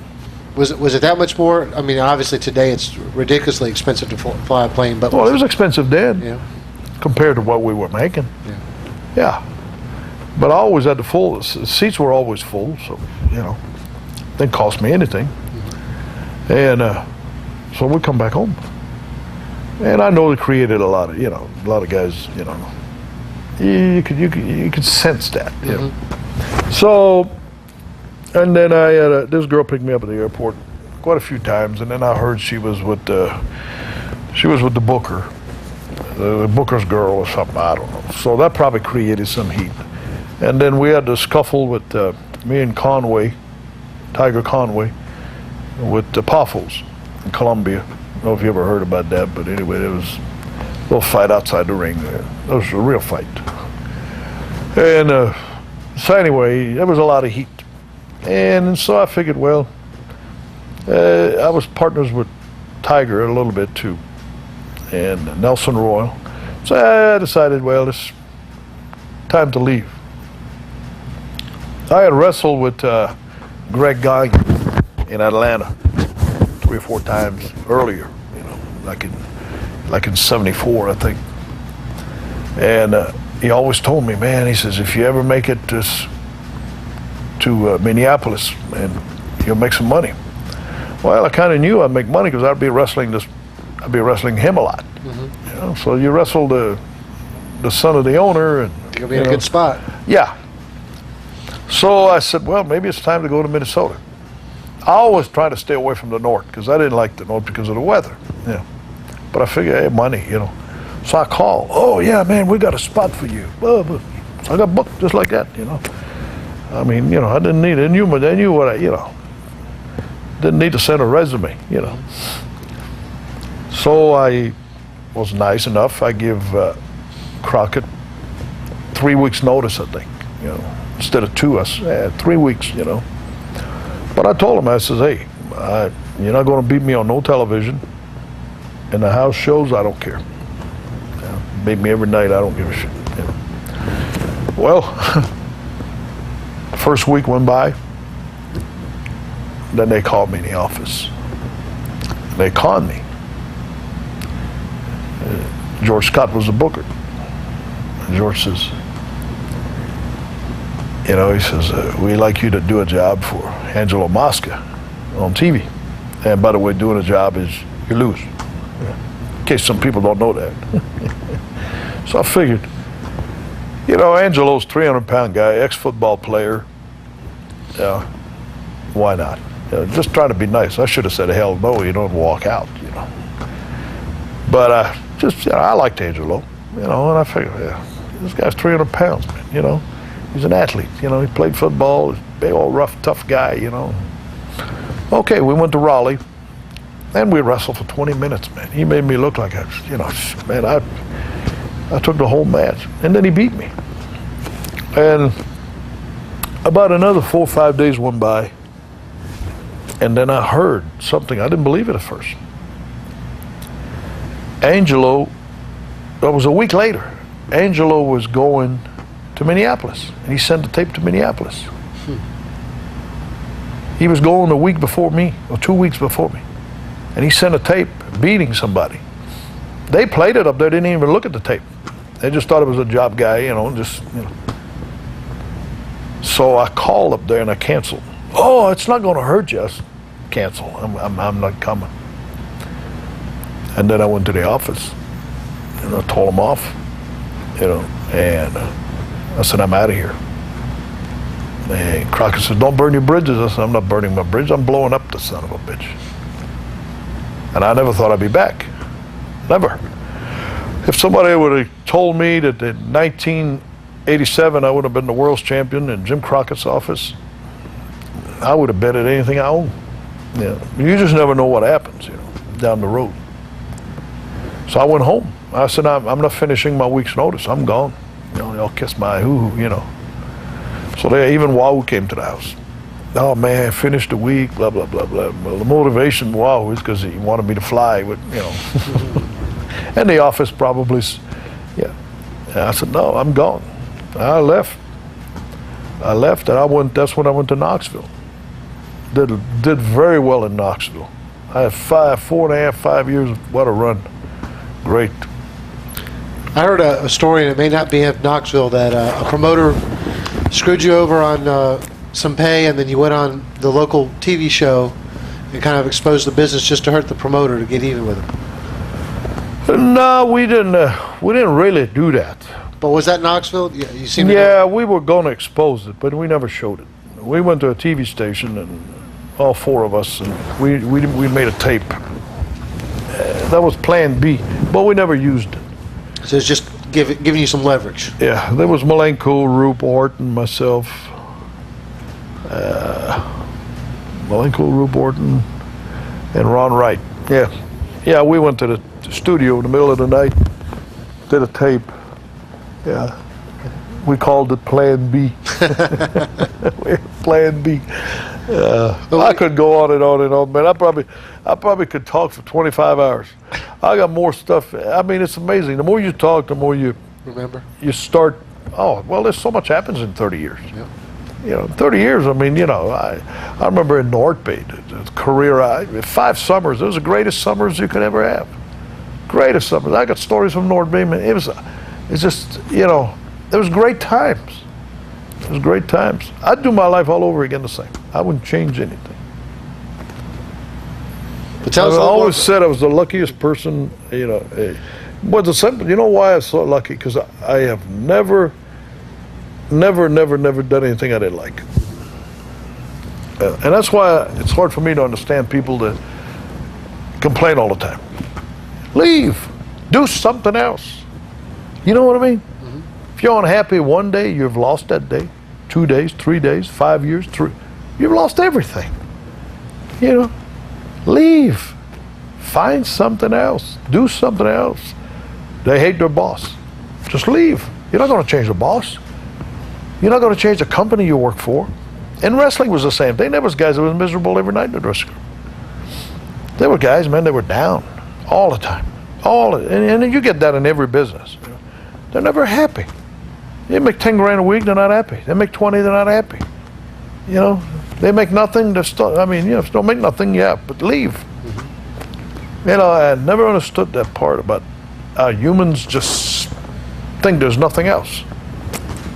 Yeah. Well, my family is here, my this is here. My dad worked there for 30 years. Who cares what your dad, Happiness to me is the most important. Waking up happy, doing things and going. It's like now, I fly a couple days away. I'm happy, man. I get in the sky, I'm happy. I work when I want to. Yeah. If I don't want to work, I'm going to hunt. I'm always doing something.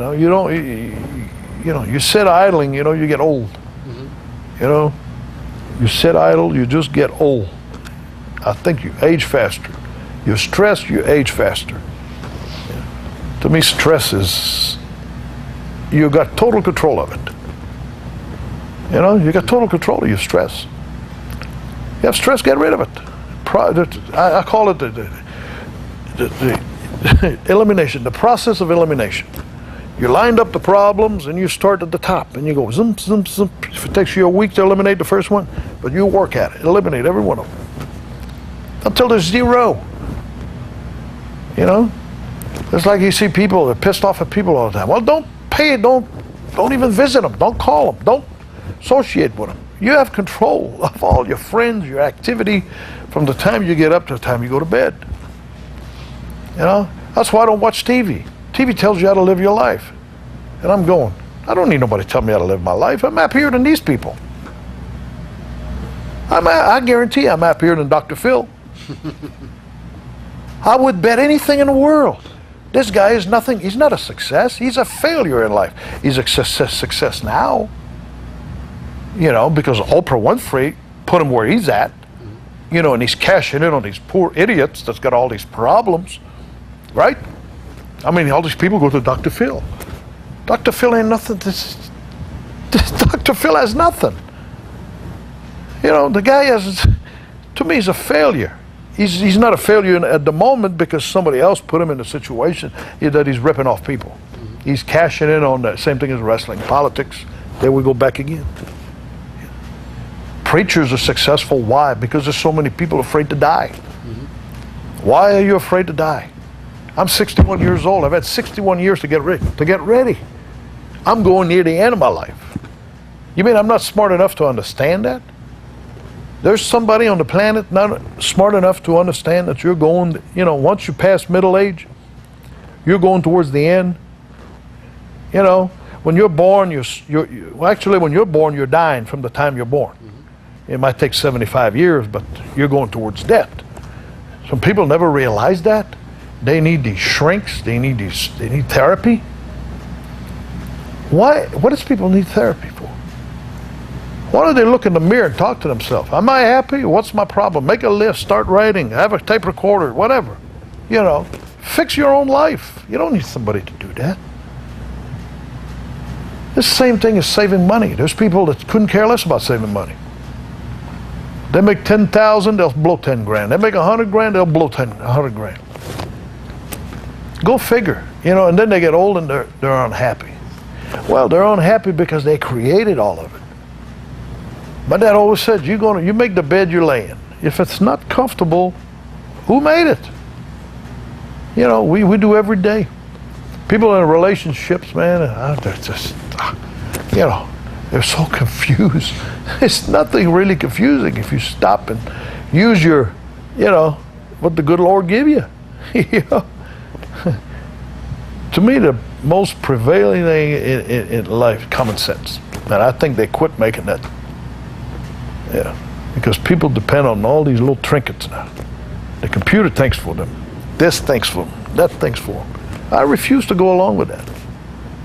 I'm not a computer smart guy, you know. I can get on it, you know, navigate a little bit, you know, and everything, but I refuse to totally put my life into hours and hours and get on the internet and chat with people. What a waste of life. So what do you use the computer for? Keep in touch with a couple of buddies now and then.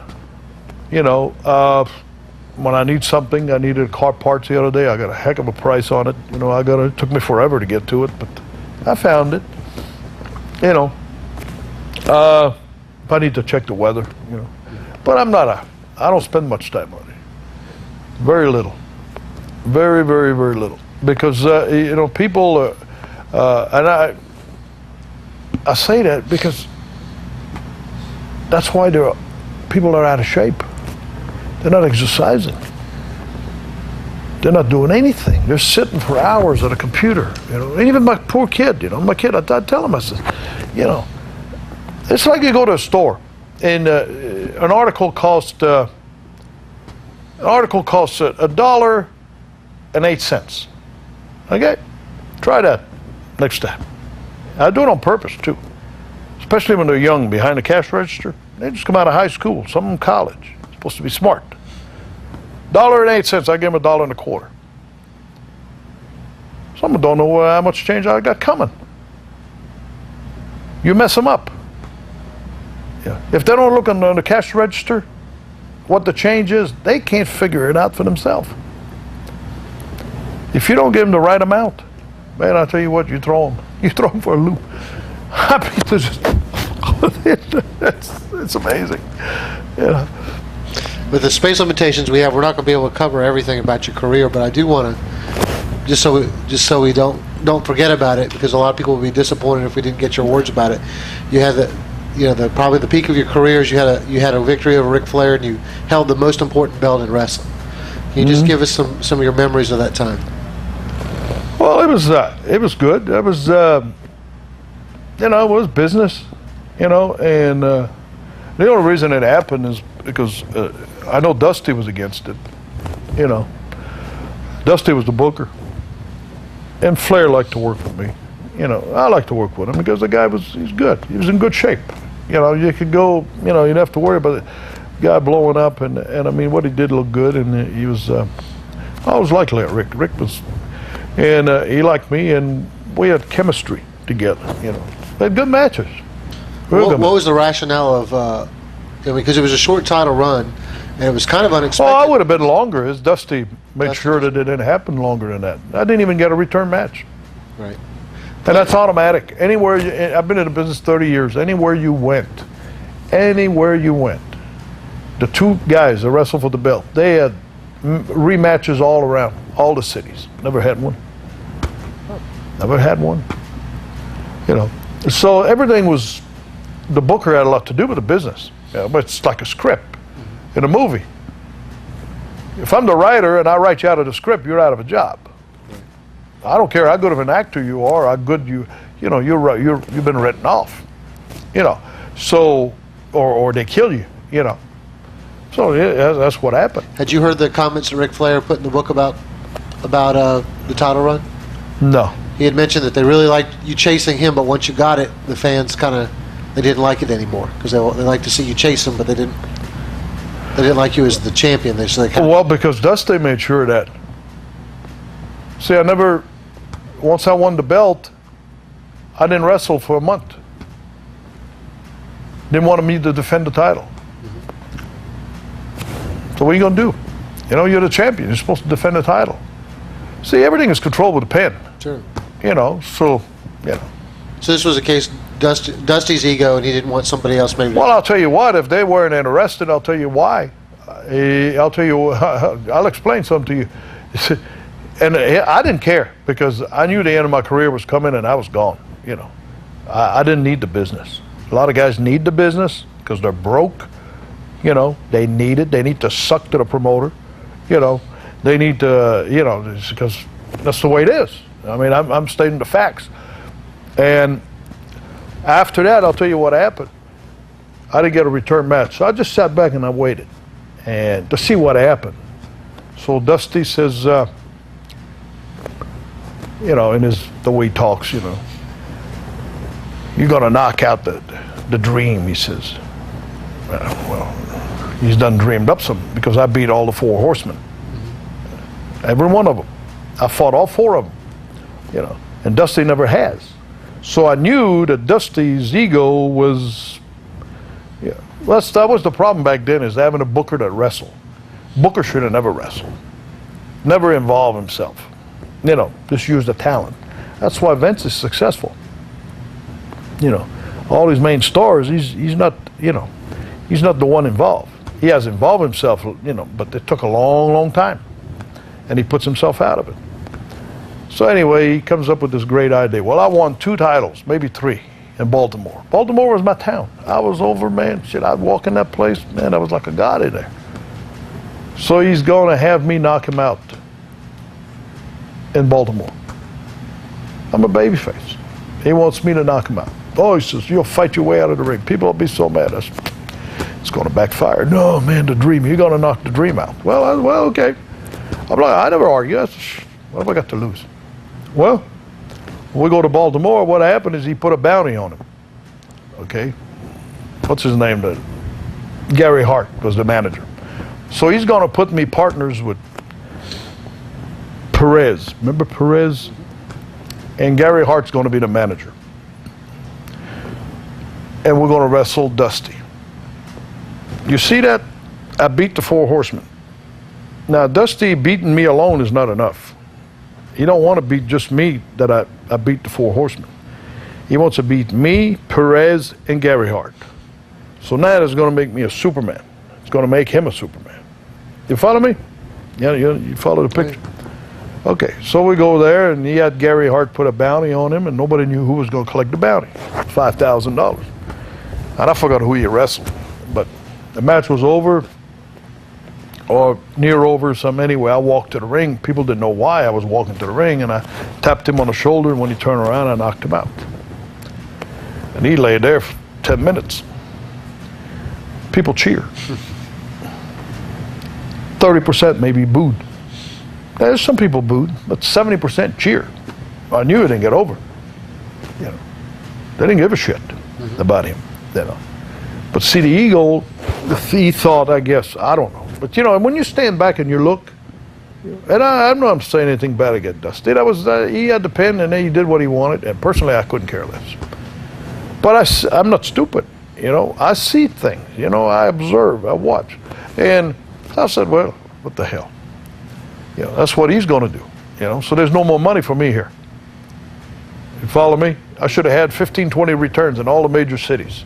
That would have been money, big bucks. You know, that happened. You know, and people would have paid to see it. You know, they would have paid to see it.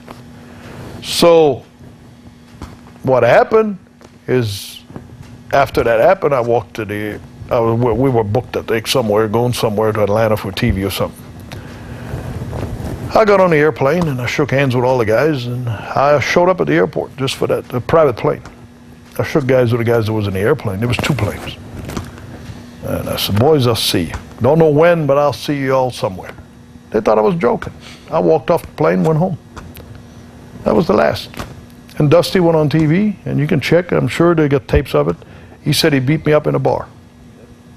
That's the story. Because he didn't have a tape. So he beat me up in the bar.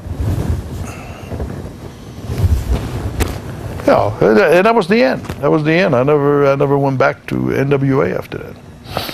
You know, which it turned out better. I had a hell of a deal in Puerto Rico. For Cologne? Yeah. I went over there, beat him for the belt. Had a good run. Paid good money. Oh, well, I just went on the weekend, Friday, Saturday. Came back on Sunday or Monday. You know, then I went to the WWF later, but everything turned out fine, you know. We'll bring you But back. that was the reason, you know, and a lot of people never understood it. Well, you know, if you don't know what's supposed to happen, you know. But the whole thing was based on ego. If Dusty would have been there, we would have went all the way around. We would have made money with it. And another thing that killed that show is, and this is true. I mean, you can research it. It was Starrcade, wasn't it? Yeah. Okay. If you look back in history, what was Starrcade at? Greensboro. Exactly. Greensboro was sellout, man. 3 levels. You ever been to that building? It was awesome. 3 levels sold out. Where did we go that night? Which one was it? Chicago. 87 Chicago. Chi-Town Heat. Yeah. Exactly. And it was in Atlanta, 2 places, but the live show was a disaster. Why do we leave? We're here. This is local. Greensboro was dead after that. Never was any good. Greensboro, they destroyed Greensboro. They did. People in Greensboro felt left out totally. Starrcade was a Greensboro. Tradition. Yeah. Whose idea was it to go to Chi-Town? I'll leave you 3 guesses. Whose idea was it to go in Vince McMahon's backyard? Why do you find a man in his backyard? We had Baltimore. We had won that. But we didn't need to go to Philly. We didn't need to go to these other places. We didn't have them. Baltimore, we got it. By luck, maybe. But Baltimore was the NWA town. It was. Big houses. Packed. I wrestled Ted DiBiase, beat him for the belt. It was a hell of a town. You know. But, you know. And whose idea you think it was to have 2 jets? I mean, 2 airplanes. You know, if we go down the list, which I didn't care because I didn't own the business, but I saw a lot of things coming. You know, a lot of things coming. You got to take little steps when you fight Vince McMahon. Little steps. If I had to say, if we were doing a documentary saying this is the decline or the downfall of the Crockett era, the Crockett family promotion, would you be able to assign blame to anyone other than Dusty? Well, it's their blame too, and I'm not saying anything against Dusty. Was looking for Dusty. Right. Okay, would I have been the booker? I might have done the same thing. I don't know. I've never been in a position like that. But I think it's a big mistake and that's why what the downfall of a lot of promotion is to have a booker that's involved. What was I going to say is Crockett, the way I looked at it, I stand back out of the picture and look at what was going on then. Crockett was mesmerized by Dusty. He thought Dusty couldn't do no wrong. I do believe that, until it was too late. Do you think most of the boys looked at him and said, man, what is he thinking? Or do you think because the houses were so good and they saw the business so good, they said, well, maybe he's right. Maybe given. Yeah, but you book 30 guys on a card and you sell out and you don't make any money. What good is it? Mm-hmm. You put 15 guys on a card and bring some money to the office. That's talent. That's business. That's, yeah. I think you just ran out of money. You know, you just can't keep on going to these houses. There was a disaster at the end. You know, like all these bashes. They were disasters. Some of them, there were some good ones, but on the overall, I think it was a disaster. You know, we didn't need that. If we would have concentrated in the area that we were solid and strong, it'd still be going. It would still be going. But, you know, it's just like a war. When you spread out, you get weak. And when you go to these different cities, you know, we went to some of those cities, they didn't want to see us there. They didn't give a shit about Dusty Rhodes or Ronnie Garvin or any of us, you know. I mean, a few fans, but I'm talking about you know, it was WWF territory. It's just like WWF didn't come in our territory. Did you notice that? How smart they was? And here we are chasing them. And who had the most money? Blah. Genius. I'm not a businessman, and I can see that stuff. You know, I'm going, wow. You know, Vince McMahon didn't leave and go fight somebody. He waited on them. You know. Nah, it was an ego. You know, it's an ego. You know, we all have a certain amount of ego. You know. But I'm sure Dusty knows. You know, but like I say, he's not the only one in the business that booked himself in wrestle. And I don't think it was good. You know, I think you put yourself out of it. You could always wrestle maybe underneath, or maybe involve yourself once, like Vince did, you know, once a year, twice a year, you know, but get out. You know, where everything is wrapped up and revolves around you. That's not good. That's not good. You know, I think people get tired of it, and it's not good for your talent. Talent starts seeing. I mean, you know, I've saw it. How many other guys seen it? Maybe somebody else don't want to talk about it, but I speak the truth. You know, I speak of what I see. You know, it's not a hearsay. I mean, it happened to me. They're just like when in '76, what happened to me when they screwed me. You know, well, that's my story, and I stick to it. Well, Mr. Garvin, like a good wrestler, we've kind of taken advantage of all the time that we promised we would use. Yet there's still so much more that we haven't had an opportunity to talk about. So, like a good wrestler, I think you left yourself up for a return match here on camera. But we want to thank you, and I didn't give you a proper introduction before because as soon as I turned these cameras on, you just started right away. We want to thank you for that. Thank you for sharing some stories here. It was a pleasure. And we'll do a part 2 very soon. All right, thank you. Thank you. It's a pleasure. Don't give up. Don't give up. Fight forever. Don't give up. Fight forever. Don't give up. Fight forever. Fight forever and ever and ever and ever.